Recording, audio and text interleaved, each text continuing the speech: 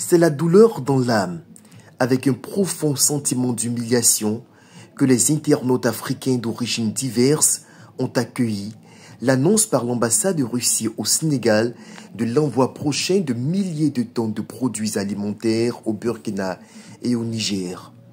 Deux pays de l'Alliance des esclaves soviétiques AES, affamés par le système prédateur néocolonialiste de pillage systémique de leurs ressources naturelles avec la complicité des putschistes russes africains installés à dessein par Moscou. Comme si elle s'adressait à une opinion formalisée, la représentation diplomatique russe indique fièrement « La Russie livrera une nouvelle aide humanitaire pour le Burkina Faso et le Niger. Une aide, selon la publication, estimée à 709,5 tonnes de poids destinées au Burkina et 20 000 tonnes de blé pour le Niger. » Outre la cruelle vérité, selon laquelle ces dons en produits alimentaires sont littéralement volés des territoires ukrainiens, cette annonce dévoile un peu plus la perception réductrice que la Russie a non seulement pour ses nouvelles colonies sahéliennes, au-delà pour l'Afrique dans son ensemble.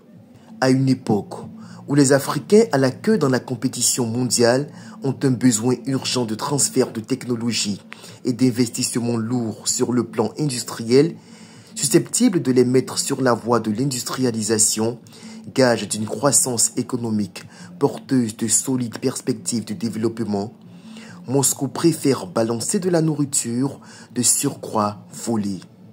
Là où la France mise sur une réactualisation de ses rapports avec l'Afrique, avec le transfert de compétences, les contrats de désendettement et de développement qui facilitent le financement de projets structurants, Moscou s'enfonce dans un mépris odieux de la souveraineté du continent noir. La publication a naturellement suscité des réactions de colère et d'indignation de la part de nombreux internautes dépités. Ce partenariat de condescendance, les Africains n'en veulent plus.